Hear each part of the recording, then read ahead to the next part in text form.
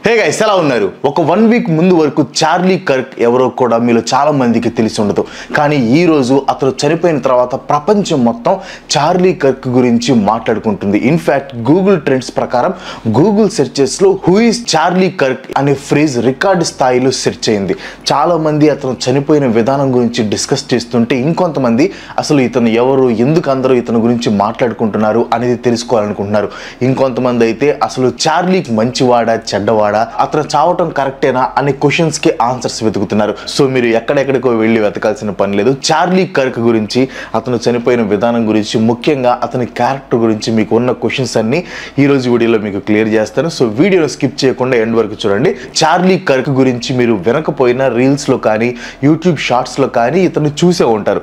American citizens కోపంగా అడిగే questions కి చాలా కూల్ గా స్ట్రైట్ గా ఆన్సర్ ఇస్తూ ఉంటాడు. కన్జర్వేటివ్ యాక్టివిస్ట్ అయిన చార్లీ టర్నింగ్ పాయింట్ యుఎస్ఏ అనే ఒక నాన్ ప్రాఫిట్ ఆర్గనైజేషన్ ని స్థాపించాడు. ఈ ఆర్గనైజేషన్ ద్వారా high schools, colleges, university campuses లో కన్జర్వేటివ్ పాలిటిక్స్ ని ప్రమోట్ చేస్తూ ఉంటాడు చార్లీ. ఈ కన్జర్వేటివ్ పాలిటిక్స్ అంటే ట్రెడిషనల్ ఇన్స్టిట్యూషన్స్, కస్టమ్స్, ఇంకా వాల్యూస్ ని ప్రమోట్ చేస్తూ ర్యాపిడ్ చేంజ్ కి లిమిట్ పెట్టడం. అండ్ ఆల్సో చార్లీ ఒక రైట్ వింగ్ యాక్టివిస్ట్. అతను ఏ వింగ్ అనేది పక్కన పెడితే చార్లీ తాను నమ్మేదాన్ని బలంగా వ్యక్తపరిచేవాడు అనమాట. దాని గురించి బలంగా మాట్లాడేవాడు. అంతకంటే ముఖ్యంగా తన దేశాన్ని గొప్పగా చూడాలి అనుకునేవాడు. లాస్ట్ 10 years లో రిపబ్లికన్ పార్టీ సర్కిల్లో చార్లీ కర్క్ ఒక రైజింగ్ స్టార్ అయ్యాడు. 1993లో పుట్టిన చార్లీకి హై స్కూల్ నుంచే పాలిటిక్స్ మీద మంచి ఇంట్రెస్ట్ అనేది ఉండేది. తాను హై స్కూల్లో ఉన్నప్పుడే మార్క్ కర్క్ అనే రిపబ్లికన్ క్యాండిడేట్ తరపున యుఎస్ సెనెట్ ఎలక్షన్స్ లో క్యాంపెయినింగ్ చేసి మార్క్ గెలుపుకి హెల్ప్ చేశాడు అనమాట. ఆ తర్వాత 18 సంవత్సరాలకి టర్నింగ్ పాయింట్ యుఎస్ఏ అనే నాన్ ప్రాఫిట్ ఆర్గనైజేషన్ కి కో-ఫౌండర్ అయ్యాడు. ఈ ఆర్గనైజేషన్ తో రిపబ్లికన్ పార్టీ సర్కిల్లో బాగా పేరు తెచ్చుకున్నాడు. సో 2016 రిపబ్లికన్ కన్వెన్షన్ లో కర్క్ ఇచ్చిన స్పీచ్ అతన్ని బాగా పాపులర్ చేసింది. ఇన్ఫాక్ట్ ఒక రిపబ్లికన్ కన్వెన్షన్ లో స్పీచ్ ఇచ్చిన యంగెస్ట్ స్పీకర్ కూడా చార్లీ అనమాట. ఆ సంవత్సరం జరిగిన ఎలక్షన్స్ లో చార్లీ డొనాల్డ్ తరపున క్యాంపెయినింగ్ చేసి చాలా మంది యంగ్స్టర్ ఓట్స్ ని ట్రంప్ కు పడేలాగా చేశాడు. ఆ తర్వాత 2024లో కూడా ట్రంప్ కి సపోర్ట్ చేశాడు. In fact second time Trump power లోకి రావడంలో Charlie Kirk key role play చేశాడు. ఒక new generation of right wing youth ని క్రియేట్ చేసి వాళ్ళతో ఒక కన్జర్వేటివ్ మూవ్మెంట్ ని స్టార్ట్ చేసి ఇంటర్నేషనల్ అటెన్షన్ ని తెచ్చుకున్నాడు. కన్జర్వేటివ్ మూవ్మెంట్, కన్జర్వేటివ్ పాలిటిక్స్ అంటే ఏముండదు, సింపుల్ గా చెప్పాలంటే లెఫ్టిస్ట్ ప్రాపగండాని వ్యతిరేకిస్తూ ట్రెడిషనల్ వాల్యూస్ ని సపోర్ట్ చేయడమే. సో ఇలా ట్రంప్ కి బాగా క్లోజ్ అయిన చార్లీ లిబరల్ ఐడియాస్ ని వ్యతిరేకిస్తూ అమెరికాలో ఉన్న కాలేజెస్, యూనివర్సిటీస్ అన్ని తిరుగుతూ ఉంటాడు. ఏ యూనివర్సిటీలో అయితే లెఫ్టిస్ట్ ప్రాపగండా జరుగుతుంది అని న్యూస్ వస్తుందో అక్కడికి వెళ్ళి Q&A సెషన్స్, డిబేట్స్ పెడుతూ ఉంటాడు. ఈ డిబేట్స్ కొన్నిసార్లు ఆర్గ్యుమెంట్స్ గా మారి చాలా పెద్ద కాంట్రవర్సీస్ కి దారి తీసాయి. అండ్ ఇప్పుడు చార్లీ చనిపోయింది కూడా ఇలాంటి Q&A సెషన్ లోనే అనమాట. ఇందాక చెప్పా కదా చార్లీ తాను నమ్మే వాటిని బలంగా వ్యక్తపరిచేవాడని. సో లైఫ్ లాంగ్ ఇదే పద్ధతిని చార్లీ ఫాలో అయ్యాడు. అండ్ మేబీ ఈ పద్ధతే అతన్ని ట్రంప్కి క్లోజ్ ఫ్రెండ్ అయ్యేలాగా చేసింది. అండ్ మేబీ ఈ పద్ధతే అతను ఈరోజు లోకంలో లేకుండా ఉండటానికి కారణమైంది అనేది నా ఒపీనియన్. చాలా మంది హయ్యర్ స్టడీస్ కోసం, మంచి జాబ్ కోసం అమెరికా వెళ్తారు. బట్ మంచి స్కిల్స్ ఉంటే ఇక్కడే మంచి జాబ్ కొట్టొచ్చు. మనలో చాలా మంది గ్రాడ్యుయేట్స్, ప్రత్యేకంగా non CSC, non IT degree వాళ్ళు టెక్ జాబ్స్ కొట్టడం కష్టం అనుకుంటారు. కానీ అది నిజం కాదు. అప్డేటెడ్ మరియు ఇండస్ట్రీ రెడీ స్కిల్స్ ఉంటే ఎవరైనా ఐటీ సెక్టార్స్లో జాబ్ కొట్టొచ్చు. డిగ్రీ అనేది సమస్య కాదు, మీరు స్కిల్స్ని డెవలప్ చేసుకోవాలి. మార్కెట్లో డిమాండ్ ఉన్న స్కిల్స్ చాలా ఉన్నాయి. వాటిల్లో డేటా సైన్స్ కూడా ఒకటి. ప్రజెంట్ డేటా సైన్స్ అనేది బూమింగ్ టెక్నాలజీ అండ్ మంచి డిమాండ్ ఉన్న జాబ్ స్కిల్ కూడా. ఇన్ కేస్ మీరు కూడా మీ కెరియర్ని డేటా సైన్స్లో బిల్డ్ చేద్దాం అనుకుంటే మీకు ఓడిన్ స్కూల్ వారి డేటా సైన్స్ ఎలైట్ కోర్స్ని సజెస్ట్ చేస్తాను. ఇది India's only data science program backed by 5 leading companies like Swiggy, Prolifics, Nuvo retail, ఫోర్షేర్, ఫోన్పే. ఇది premium batch with limited seats అనమాట. బెస్ట్ పార్ట్ ఏంటంటే మీరు 10+ రిక్రూట్మెంట్ డ్రైవ్స్లో పార్టిసిపేట్ చేయొచ్చు. సో మీకు ప్లేస్ అయ్యే ఛాన్స్ అనేవి ఎక్కువ ఉంటాయి అనమాట. హ్యాండ్స్ ఆన్ బేస్డ్ ప్రాజెక్ట్స్ ఉంటాయి, కంప్లీట్ కెరియర్ సపోర్ట్ కూడా ఉంటుంది. ఈ ఫీల్డ్లో డీప్ నాలెడ్జ్ ఉన్న వాళ్ళు ఈ కోర్స్ మీకు నేర్పిస్తారు. ఆల్రెడీ దీన్ని క్రాక్ చేసిన వాళ్ళ ద్వారా మీకు మెంటర్షిప్ కూడా ఉంటుంది. చాలా సక్సెస్ స్టోరీస్ కూడా మీరు ఇక్కడ చూడొచ్చు. Like career transition, biology to data science, salary hike, career gap, career upgrade లాంటి సక్సెస్ స్టోరీస్ మీరు ఇక్కడ చూడొచ్చు. దీంట్లో డెడికేటెడ్ జాబ్ అప్లికేషన్ పోర్టల్ ఉంటుంది, మాక్ ఇంటర్వ్యూస్ ఉంటాయి. స్క్రీన్ మీద కనిపిస్తున్న మాడ్యూల్స్తో పాటు ఈ బోనస్ కామర్స్ మాడ్యూల్స్ కూడా మీరు ఈ కోర్సులో నేర్చుకోవచ్చు. అండ్ స్క్రీన్ మీద కనిపిస్తున్న టూల్స్ కూడా data science elite course complete చేసిన తర్వాత మీకు ఓడిన్ స్కూల్ తరపు నుంచి సర్టిఫికెట్ కూడా లభిస్తుంది. నెక్స్ట్ బ్యాచ్ వచ్చేసి సెప్టెంబర్ 27న స్టార్ట్ అవుతుంది.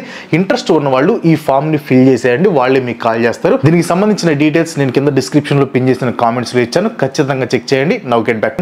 Charlie is a true Christian. అతను జీసస్ క్రైస్ట్ ని బలంగా నమ్మేవాడు, ఫాలో అయ్యేవాడు. అండ్ జీసస్ క్రైస్ట్ చెప్పిన మాటల్ని ప్రజలకి తిరిగి బోధించేవాడు అనమాట. అయితే చార్లీ ఒపీనియన్స్ కొన్ని బాగా కాంట్రవర్సీస్ కి దారి తీసేవి. ఎవరిదాకా ఎందుకు, రిపబ్లికన్ పార్టీ వాళ్ళే అతని వ్యూస్ ని ఒపీనియన్స్ ని కొన్నిసార్లు అపోజ్ చేసేవాళ్ళు. చార్లీ బలంగా వ్యక్తపరిచిన ఈ వ్యూస్ అండ్ ఒపీనియన్స్ లో ఏదో ఒకటి ఈ రోజు అతని చావుకి కారణం అయి ఉండొచ్చు. లైక్ ట్రంప్ స్టార్ట్ చేసిన make America great again moment ని చార్లీ ఫుల్ గా సపోర్ట్ చేశాడు. అమెరికాలో టూ మచ్ లీగల్ ఇమ్మిగ్రెంట్స్ వచ్చేసి అమెరికాకి జాబ్స్ లేకుండా చేస్తున్నారు అని కామెంట్ చేసి ఇండియన్స్ ని డైరెక్ట్ గా అటాక్ చేశాడు. జాబ్స్ లో ఇండియన్స్ రీప్లేస్ చేసినట్లు అమెరికాని ఎవరో రీప్లేస్ చేయలేదు అని చార్లీ అన్నాడు. ఇకపోతే చార్లీ LGBTQ+ కమ్యూనిటీకి పూర్తి విరుద్ధం అనమాట. ప్రజెంట్ LGBTQ కమ్యూనిటీ అనేది చాలా స్ట్రాంగ్ గా ఉంది, జస్ట్ అమెరికాలోనే కాదు మొత్తం వాళ్ళు. కానీ చార్లీ మాత్రం ఈ కమ్యూనిటీని పబ్లిక్ గా క్రిటిసైజ్ చేసేవాడు. క్రిటిసైజ్ అనే వర్డ్ చాలా తక్కువ అనమాట. చార్లీ ఈ కమ్యూనిటీని అసలు రెస్పెక్ట్ చేసేవాడు కాదు. ఇవి చాలా ఉన్నట్లు యాంటీ ఇమ్మిగ్రెంట్ డిమాండ్స్ తో రేసిస్ట్ అనే పేరును కూడా చార్లీ తెచ్చుకున్నాడు. అంతేకాదు ఇస్లాంని పబ్లిక్ గా క్రిటిసైజ్ చేసేవాడు. కర్క్ ఒక ఫేమస్ యూట్యూబర్ కూడా, ఆల్మోస్ట్ 41 lakh సబ్స్క్రైబర్స్ ఉన్నారు. సో ఈ ఛానల్లో చేసే పాడ్కాస్ట్ లో కొన్నిసార్లు ఇస్లాంని ఉగ్రవాదంతో లింక్ చేస్తూ చార్లీ కామెంట్ చేశాడు. ముస్లిం ఇమిగ్రెంట్స్ విషయంలో అమెరికా చాలా జాగ్రత్తగా ఉండాలంటూ పబ్లిక్ గా సజెషన్స్ ఇచ్చేవాడు అనమాట. సో చార్లీ స్ప్రెడ్ చేసే ఎజెండాస్ అన్నిటి చుట్టూ కాంట్రవర్సీస్ ఉన్నాయి. అసలు మెయిన్ది చెప్పడం మర్చిపోయా, Charlie Kirk American gun culture ని సపోర్ట్ చేసేవాడు. మీకు తెలిసలేదో, అమెరికాలో గన్ కల్చర్ అనేది చాలా controversial and frequently debated issue. American constitution లోని 2nd అమెండ్మెంట్ ప్రకారం సిటిజన్స్ తమ సేఫ్టీ కోసం గన్స్ ని క్యారీ చేయొచ్చు. కానీ ఈ 2nd అమెండ్మెంట్ ని అడ్డం పెట్టుకొని కొంతమంది క్రిమినల్స్, సైకోలు వేల మంది అమాయకుల్ని పొట్టను పెట్టుకుంటున్నారు కూడా. యాక్చువల్లీ ఇది చాలా సెన్సిటివ్ ఇష్యూ. చార్లీతో పాటు చాలా మంది రైట్ వింగ్ యాక్టివిస్టులు గన్ కల్చర్ ని సపోర్ట్ చేస్తారు. పర్సనల్ సేఫ్టీ కోసం గన్స్ క్యారీ చేయడం ఇంపార్టెంట్ అనేది వీళ్ళ వాదన. కానీ ఈ సేఫ్టీ కారణం చూపించి ఎవరు పడితే వాళ్ళు గన్స్ క్యారీ చేస్తూ ప్రాణాలని బలి తీసుకుంటున్నారు అనేది మిగతా వాళ్ళ వాదన. So it's matter of different opinions. అయితే 2023లో చార్లీ కర్క్ గన్ కల్చర్ మీద తనకున్న ఒపీనియన్ ని కాస్త కాంట్రవర్షియల్ గా వ్యక్తపరిచాడు. చార్లీ ఏమన్నాడంటే, గన్ కల్చర్ అనేది అవసరం, దానికోసం కొన్ని ప్రాణాలు పోవడంలో తప్పు లేదన్నాడు. సో ఇప్పుడు అతను సపోర్ట్ చేసిన గన్ కల్చర్కి బలవటం ఐరానిక్ అని, కోయిన్సిడెన్స్ అని చాలా మంది అంటున్నారు. ఇది ఐరానిక్ లేకపోతే కోయిన్సిడెన్స్ నాకు తెలియదు, కానీ చార్లీ కర్క్ అసాసినేషన్ వెనక మాత్రం చాలా ప్లానింగ్ అయితే ఉంది. ప్రజెంట్ చార్లీ కర్క్ స్థాపించిన టర్నింగ్ పాయింట్ USA అనే ఆర్గనైజేషన్ దాదాపు 850 కాలేజ్ క్యాంపసెస్లో ఆపరేట్ చేస్తుంది. అండ్ ఈ కాలేజెస్కి వెళ్ళి వాటర్స్ని రిజిస్టర్ చేస్తూ తన ఐడియాలజీస్ని స్టూడెంట్స్తో షేర్ చేసుకుంటాడు చార్లెస్ కర్క్. సో రీసెంట్గా turning point USA America comeback tour అని స్టార్ట్ చేసింది. సో ఈ టూర్లో భాగంగా చార్లీ కర్క్ వెన్స్డే అంటే సెప్టెంబర్ 10న యూటా వ్యాలీ యూనివర్సిటీకి వెళ్ళాడు అనమాట. ఎప్పటిలాగే ఒక టెంట్లో కూర్చొని ప్రూవ్ మీ రాంగ్ అనే ఒక Q&A టైప్లో స్టూడెంట్స్తో ఇంటరాక్ట్ అవుతూ ఉన్నాడు. సో అమెరికన్ టైం ప్రకారం అరౌండ్ 12:20 PM ఒక గన్ షాట్ చార్లీ గొంతులోకి వెళ్ళింది. బుల్లెట్ తగలటం, బుల్లెట్ చేసిన హోల్లో నుంచి రక్తం రావటం, చార్లీ చనిపోవటం అంత ఫ్లాష్లో జరిగిపోయింది అనమాట. వెంటనే చార్లీని హాస్పిటల్కి తీసుకుని వెళ్ళారు, కానీ అప్పటికే చార్లీ చనిపోయాడు అనమాట. చార్లీ డెత్ న్యూస్ని డొనాల్డ్ ట్రంపే రివీల్ చేశారు. దీని వెనక ఎవరు ఉన్నా పట్టుకొని తీరుతామని చెప్పి చార్లీ ఫ్యామిలీకి సింపతీస్ తెలిపారు. యూటా గవర్నర్ స్పెన్సర్ కాక్స్ అయితే చార్లీ కర్క్ ని చంపేసిన వాళ్ళు ఎవరైనా సరే వాళ్ళని పట్టుకుంటామని చెప్పి యూటాలో డెత్ పెనాల్టీ ఉందని సీరియస్ వార్నింగ్ ఇచ్చారు. కానీ చార్లీ కర్క్ డెత్ చుట్టూ చాలా కాన్స్పిరసీ థీరీస్ కూడా ఉన్నాయి. ఇన్ఫ్యాక్ట్ ఇదేదో సింపుల్ హత్య కాదు, ఇది ఒక మెసేజ్ లాగా అనిపిస్తుంది. ఎందుకు అలా అంటున్నారంటే, చార్లీని ప్రూవ్ మీ రాంగ్ సెషన్ జరుగుతున్న టైంలో కాల్చారు. ఆ కాల్చింది కూడా ఎప్పుడు తెలుసా, గన్ కల్చర్ గురించి ఒక స్టూడెంట్ అడిగిన క్వశ్చన్కి చార్లీ ఆన్సర్ ఇస్తున్న టైంలో. మీకు ఏం జరిగిందో పిన్ టు పిన్ చెప్తాను చూడండి. స్టూడెంట్స్ చార్లీని మాస్ షూటింగ్స్ ఇంకా ట్రాన్స్జెండర్ పీపుల్ గురించి అడుగుతున్నారు. Do you know how many transgender Americans have been mass shooters over last 10 years అని కర్క్ని క్వశ్చన్ అడిగారు. కర్క్ దానికి టూ మెనీ అని ఆన్సర్ ఇచ్చాడు.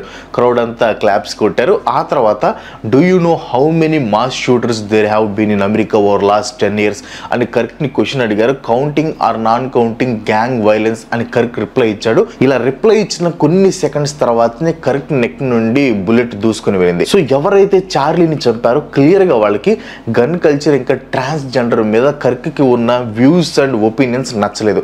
సో మేబీ చార్లీని షూట్ చేసి గన్ కల్చర్కి ఫుల్ స్టాప్ పెట్టాలి అండ్ ఎల్జీబీటీక్యూ కమ్యూనిటీకి రెస్పెక్ట్ ఇవ్వాలి అనే మెసేజ్ పంపడానికి ట్రై చేశారు. ఒకవేళ నిజంగా ఇది ఒక మెసేజ్ పంపడానికి చేసిన అసాసినేషన్ అయితే ఆ అసాసినేషన్ చేసిన వాడు నార్మల్ హిట్ మ్యాన్ అయితే కాదు, చాలా ఎక్స్పీరియన్స్డ్. ఎందుకంటే ఎగ్జాక్ట్గా కర్క్ గన్ కల్చర్ గురించి తన ఒపీనియన్ చెప్పిన వెంటనే బుల్లెట్ ఫైర్ చేశాడు. Not before not after. అలా కరెక్ట్గా ఎగ్జాక్ట్ టైంలో అంతమంది క్రౌడ్లో బుల్లెట్ ఫైర్ చేయటం అనేది అంత సింపుల్ కాదు. అది కూడా 200 మీటర్స్ దూరంలో నుంచి టెంట్లో టైట్ సెక్యూరిటీ మధ్యలో ఉన్న పర్సన్ని కాల్చడం అంటే పక్కా ప్రొఫెషనల్ కావాలి. నాకు తెలిసి ఇతను ఒలింపిక్స్లో ట్రై చేస్తుంటే మెడల్ అయినా వచ్చేదేమో, అంత ప్రొఫెషనల్ లాగా ఉన్నాడు. ఇదేదో హడావిడిలో తీసుకున్న డెసిషన్ కాదు, కొన్ని డేస్ నుంచి చేసుకున్న ప్లానింగ్. ఇన్ఫ్యాక్ట్ ఇది ప్రీ ప్లాన్డ్ అసాసినేషన్ అని సోషల్ మీడియాలో కొన్ని పోస్టులను చూస్తే అనిపిస్తుంది. ఒకసారి ఈ పోస్ట్ చూడండి.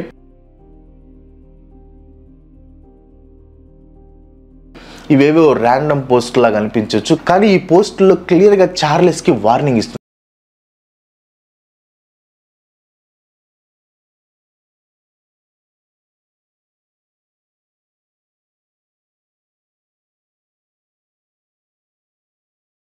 అందరూ స్పాంటేనియస్గా కిందకి వంగారు, కానీ ఇతను మాత్రం తనకి ముందే తెలిసింది ఎగ్జాక్ట్గా జరిగినట్లు సెలబ్రేట్ చేసుకుంటున్నాడు. మేబీ అతను బుల్లెట్ ఫైర్ అయింది చూసి ఉండకపోవచ్చు, కానీ FBI మాత్రం ఖచ్చితంగా అతన్ని ఇంట్రాగేట్ చేస్తుంది.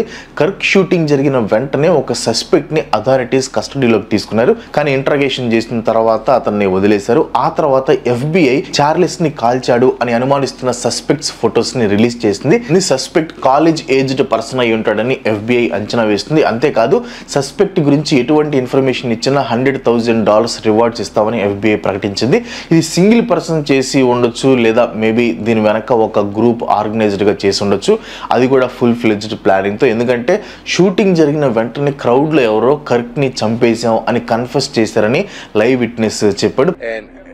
Not only that, right after that, someone confessed to it who had no weapon, which makes me think that it was clearly a setup and that multiple people were involved. Plus shooting జరిగిన వెంటనే పక్కన roof మీద ఎవరో పారిపోతున్నట్లు కనిపించింది. ఇంకో వీడియోలో అయితే చార్లీని shoot చేయడానికి ముందు వేరే రూఫ్ మీద ఎవరో ఉన్నట్లు ఉంది. సో ఇవన్నీ చూస్తే ఇది కోఆర్డినేటెడ్ అసాసినేషన్ లాగా ఉంది. లేటెస్ట్గా నేను వీడియో రికార్డ్ చేసే టైంలో ఒక ఇంపార్టెంట్ అప్డేట్ కూడా వచ్చింది. ఇన్వెస్టిగేటర్స్కి ఒక హై క్వాలిటీ వీడియో దొరికిందంట, అది కూడా ఒక డోర్ బెల్ వీడియో. ఈ వీడియోలో షూటర్ 11:52 క్యాంపస్కి వచ్చి రూఫ్ టాప్కి వెళ్ళి అక్కడ నుంచి చార్లీని షూట్ చేసి ఆ తర్వాత రూఫ్ టాప్ నుంచి జంప్ చేసి పారిపోయాడంట.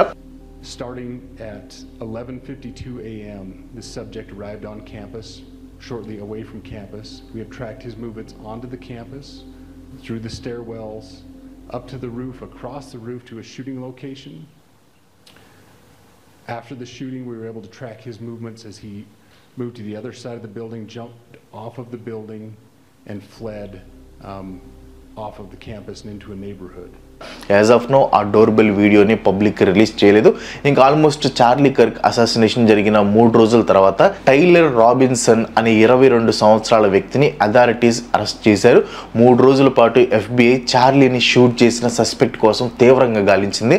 సస్పెక్ట్ గురించి దాదాపు 700 టిప్స్ FBIకి వచ్చాయన్నమాట. అయితే చివరికి సస్పెక్ట్ ఫాదరే అతన్ని అథారిటీస్కి అప్పగించాడు. మ్యాటర్ ఏంటంటే FBI సస్పెక్ట్కి సంబంధించిన కొన్ని ఇమేజెస్ని రిలీజ్ చేసింది. ఆ ఇమేజెస్ని చూసిన టైలర్ రాబిన్సన్ ఫాదర్ ఆ ఇమేజెస్లో ఉంది టైలరే అనే అనుమానంతో అతన్ని క్వశ్చన్ చేయడంతో టైలర్ కర్క్ని షూట్ చేసింది తానే అని ఒప్పుకున్నాడు.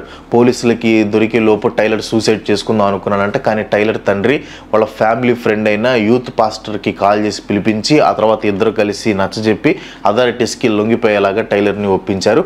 అథారిటీస్ టైలర్ ఫ్యామిలీ ఇంకో ఫ్రెండ్స్ని ఇన్వెస్టిగేట్ చేశారు. అతని ఫ్యామిలీ మెంబర్స్ చెప్పిన దాని ప్రకారం రీసెంట్ ఇయర్స్లో టైలర్ పొలిటికల్ ఇష్యూస్ మీద బాగా ఇంట్రెస్ట్ చూపించడం మొదలు పెట్టాడంట. అండ్ వాళ్ళ ఇంట్లో చార్లీ కర్క్ మీద తరచూ మాట్లాడుతూ ఉండేవాడంట.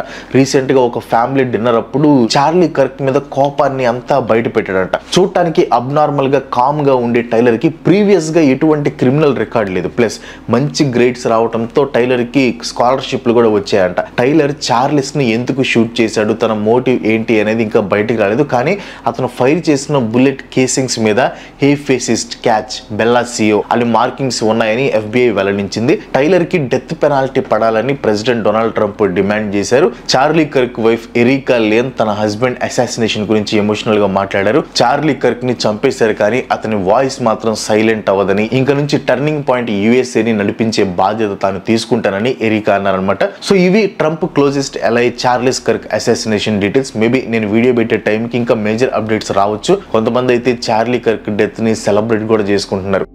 Please let the rumors be true. Let the gossip be reality. Guys, it happened. He got it pronounced dead. Fucking shit, he's dead? Fucking shit. Ding dong, the witch is dead. వీళ్ళు తమని తాము left wing అని చెప్పుకుంటారు. నా దృష్టిలో వీళ్ళు అసలు మనుషులే కాదు. చార్లీ కర్క్ జస్ట్ ఒక రైట్ వింగ్ యాక్టివిస్ట్ మాత్రమే కాదు, అతను ఒక ఫాదర్. అతనికి 3 సంవత్సరాల పాప ఉంది, 1 year వయసు ఉన్న బాబు కూడా ఉన్నాడు. వాళ్ళు ఇప్పుడు తండ్రి లేకుండా పోయారు. చార్లీ కర్క్ది ఒక స్ట్రాంగ్ క్యారెక్టర్. అతను మంచివాడా చెడ్డవాడా అనేది నేను చెప్పను. అసలు ఒకరు మంచివాడా చెడ్డవాడా అని వాళ్ళ ఒపీనియన్స్ని బట్టి మనం అలా డిసైడ్ చేస్తాం. ఫ్రీడమ్ ఆఫ్ స్పీచ్ అనేది, ఫ్రీడమ్ ఆఫ్ ఎక్స్ప్రెషన్ అనేది ప్రతి ఒక్కరికి ఉండే రైట్. అఫ్ కోర్స్ ఆ ఫ్రీడమ్ ఆఫ్ రైట్ని చార్లీ కర్క్ కొంచెం కాంట్రవర్షియల్ వేలో యూజ్ చేశాడు. అంత మాత్రం దానికి అతన్ని ప్రాణాలు తీయటం అనేది కరెక్ట్ కాదు. లెఫ్ట్ వింగ్ రైట్ వింగ్ అనేవి 100 సంవత్సరాల నుంచి ఉన్నాయి. అవి ఉంటేనే మన సొసైటీ అనేది బ్యాలెన్స్డ్గా ఉంటుంది. Just like government and opposition లేని గవర్నమెంట్ ఎక్కడా కూడా నిలబడదు. బెస్ట్ ఎగ్జాంపుల్ నేపాల్ అపోజిషన్ కూడా గవర్నమెంట్తో కలిసి కరప్షన్కి పాల్పడింది. ఇప్పుడు దేశం కూలిపోయింది. నా పాయింట్ ఏంటంటే we are programmed to debate, argue and express our views. లాని క్రాస్ చేయకుండా ఎవరైనా తమ ఒపీనియన్స్ని, వ్యూస్ని ఎక్స్ప్రెస్ చేయొచ్చు. వాళ్ళ వ్యూస్ నచ్చకపోతే డిబేట్ చేయాలి, ఆర్గ్యూ చేయాలి, పాయింట్ ప్రూవ్ చేయాలి. అంతేకాని అవన్నీ చేతగాక ప్రాణాలు తీయటం అనేది చేతగంతనం అయింది. So that's all today. ఈ వీడియో మీకు అనిపించింది కింద కామెంట్లో పోస్ట్ చేయండి. వీడియోస్ లైక్ కొట్టి మీ ఫ్రెండ్స్ అండ్ ఫ్యామిలీకి షేర్ చేయండి. ఇలాంటి వీడియోస్ మళ్ళీ చూడడానికి సపోర్ట్ చేయాలనుకుంటే వెంటనే మన ఛానల్కి సబ్స్క్రైబ్ చేసుకొని ఇంకో మంచి ఎపిసోడ్తో మళ్ళీ కలుసుకుందాం. సెలవు. Bye bye.